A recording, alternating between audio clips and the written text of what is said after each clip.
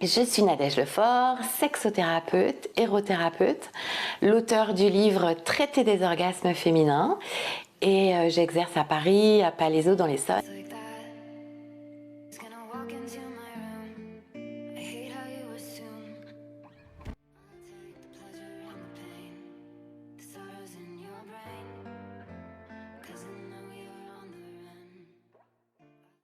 Bonjour Nadège. Et bonjour. Hey, dis-moi, érothérapeute, qu'est-ce que c'est? Ah, l'érothérapie, c'est une approche de la sexualité avec les érotypes. Les érotypes, c'est une création de Laura Pinson, c'est elle la créatrice des érotypes. Vous pouvez la retrouver sur www.erotype.com. Ok. Et on a conçu un petit quiz qui s'appelle l'érotest pour découvrir votre érotype du moment. C'est quoi un érotype? Un érotype, c'est la contraction de archétype et érotique. Donc en fait, c'est comment découvrir ton profil érotypique du moment. Laura, elle a imaginé plusieurs érotypes, le primal, le sensitif, l'éthéré, le transgressif, le sublimé, avec 3 sous-catégories du sublimé, et le versatile. Et en fait, on a tous et toutes, tous les érotypes en nous, à des degrés plus ou moins éveillés, plus ou moins dormants. Mais quand on fait ce petit quiz, on se rend compte qu'il y en a un qui est un petit peu au-dessus des autres. Et chaque érotype a ses ombres et ses lumières, ce qui l'anime et ce qui l'éteint, et puis ses challenges pour vivre sa sexualité pleinement. Et, tu te doutes qu'on n'a pas forcément le même érotype au sein d'un couple. Ouais. Donc du coup, de trouver les ponts pour se rejoindre, ça c'est mon métier du coup. D'accord. Et puis, imagine qu'on vit tous sur la même planète, mais dans des pays différents. Mon ou ma partenaire ne vit pas dans le même pays que moi. Peut-être il n'y a pas le même langage, peut-être il ne fait pas la même température, peut-être c'est pas la même culture ni la même alimentation. Et pour aller le rejoindre dans mon intimité, dans ma sexualité, il faut que j'aille voyager jusqu'à son pays. Des fois, ça peut se faire très facilement. C'est juste une histoire de langage, on va réajuster ça très rapidement. Et puis des fois c'est plus compliqué parce qu'en fait on parle pas du tout le même langage, on n'a pas la même culture, on n'a pas la même température. Et en fait ce qu'apportent les érotypes, c'est un langage commun. D'accord. Et ça devient hyper simple et hyper ludique de parler de sexualité avec ce langage-là du coup. D'accord. Est-ce que dans ce langage commun, on pourrait y intégrer cette désynchronisation que certains couples peuvent avoir au sein de leur sexualité, c'est-à-dire j'ai ma libido mais qui n'est pas forcément la même que mon conjoint et elle n'est pas forcément aussi forte ou elle est plus forte. Est-ce que justement ces érotypes vont pouvoir permettre d'améliorer et de maximiser, on va dire, cette entente? Mais oui, tu as tout compris, c'est exactement ça et c'est une question qui est assez récurrente en consultation, cet écart de libido.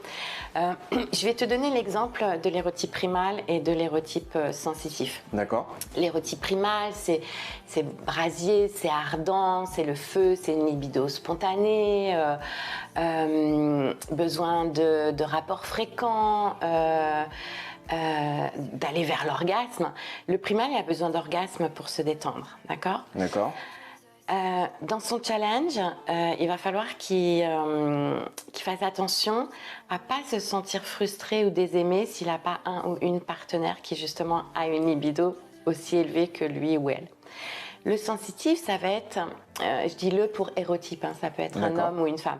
Le sensitif, ça va être un besoin de plus de douceur, de lenteur, de connexion amoureuse, de tendresse.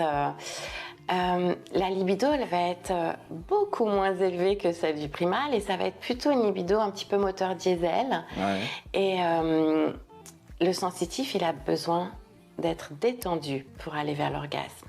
Donc déjà, tu commences à comprendre qu'entre le primal et le sensitif, c'est pas le même langage. Non, il y en a un qui a besoin d'orgasme pour se détendre et l'autre qui a besoin d'être détendu pour aller vers l'orgasme. Donc déjà, on parle pas le même langage là. Et il y a une autre notion aussi, c'est que en parlant de libido, tu as, on va dire pour faire simple, deux grosses formes, deux catégories, la libido spontanée et la libido réactive. D'accord. D'abord, poser la chose que c'est ok de pas avoir tous La même libido. Que certains ont une libido spontanée, c'est le cas de l'érotype primal par exemple, où juste tu vois une épaule dénudée, t'es émoustillé, tu vois ton ou ta partenaire sortir de la douche, t'as envie de passer à l'action. L'érotype sensitif, il a une libido réactive, c'est-à-dire qu'il faut qu'il y ait les bonnes conditions, que les conditions soient propices. Peut-être qu'il faut que les enfants soient couchés, que les volets soient fermés, qu'il n'y ait rien qui traîne dans la chambre, tu vois, des choses comme ça. Du coup, c'est pas la même approche. C'est super ce que tu décris, parce que j'ai l'impression que la plupart des gens ne savent pas forcément comment ils fonctionnent eux-mêmes, et encore moins leur partenaire. Exact. Ce qui peut parfois créer justement des incompréhensions entre les deux, et notamment au travers de la sexualité. Tout vient de là. Et en venant te voir, tu vas apprendre aux personnes à faire le pont. C'est ça. La première chose que je vais faire avec eux, c'est de leur demander pourquoi ils sont là, quel est leur objectif. D'accord. Donc les problèmes qui reviennent très souvent en consultation, sexothérapie, problème d'écart de libido, problème de lâcher prise, problème de troubles fonctionnels dans la sexualité, les douleurs aussi. On parle de dyspareunie pour les femmes, pour les hommes aussi, mais j'accompagne principalement les femmes sur le sujet de la dyspareunie. C'est les douleurs pendant et ou après un rapport sexuel. D'accord. Donc, on vient poser l'objectif sur quoi on a envie de travailler. Et puis moi, très vite, comme j'ai cet outil-là qui est un outil magique, je vais leur proposer de faire l'érotest. Donc c'est un guide, tu réponds à des questions. On va identifier ensemble quel est l'érotype dominant du moment. Et pourquoi je dis du moment? Parce qu'on a tous et tout en nous tous les érotypes potentiellement. Il y en a un qui va être au-dessus des autres à un moment de ta vie, en fonction de ton âge, de ton expérience, de notre cycle hormonal pour nous les femmes. Ça peut être la grossesse, l'accouchement, enfin tout peut varier aussi, de ton ou ta partenaire, ça joue aussi. Donc on va identifier ensemble l'érotype dominant du moment.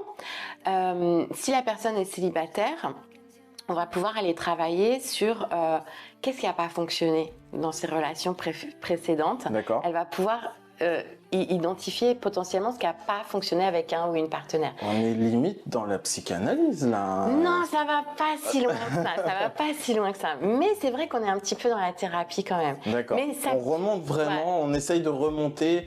D'avoir une compréhension en fait. Ouais. Si tu veux, c'est ça que permettent les érotypes, c'est d'avoir une carte du territoire en fait, une typologie des profils qui existent et tu dis, ok, donc moi par exemple, je suis sensitive. Ok, donc si j'étais avec un partenaire primal ou transgressif, je comprends mieux pourquoi ça n'a pas fonctionné. Et du coup, je peux me préparer à m'ouvrir au possible et à me dire dans l'avenir, voilà avec quel genre de partenaire j'ai envie de me connecter. Alors, moi, la question qui me vient tout de suite à l'esprit, c'est est-ce que selon toi, il y a des personnes qui ne pourront jamais s'entendre? C'est la grosse question qui revient. Parce qu'elles ont un érotype tellement éloigné que... Il y a des personnes pour qui c'est plus compliqué que d'autres, effectivement. Quand je reçois les gens en couple, du coup, je leur fais faire l'érotests à chacun. On identifie leur profil érotique du moment. Et mon métier, c'est de trouver les ponts pour se rejoindre. C'est justement ça, mon métier. C'est de trouver les ponts pour se rejoindre. Quand les pays sont trop éloignés l'un de l'autre, ça va être plus difficile que quand les pays sont proches pour faire le trajet. Difficile ou impossible? Alors. Moi, je pars du principe que rien n'est impossible. D'accord. Ça dépend de la volonté que tu as de vouloir rejoindre l'autre. Est-ce que ta volonté, d'abord d'identifier ta volonté, c'est quoi? Est-ce que c'est une volonté de connexion? Est-ce que c'est une volonté de plaisir? On va aller voir où ça se situe, la problématique. C'est une problématique de connexion, de désir, de plaisir, de quête, d'orgasme, de performance. Quand c'est très éloigné, j'aime bien l'image de dire que on va créer une île au milieu pour qu'ils puissent aller se retrouver déjà sur l'île.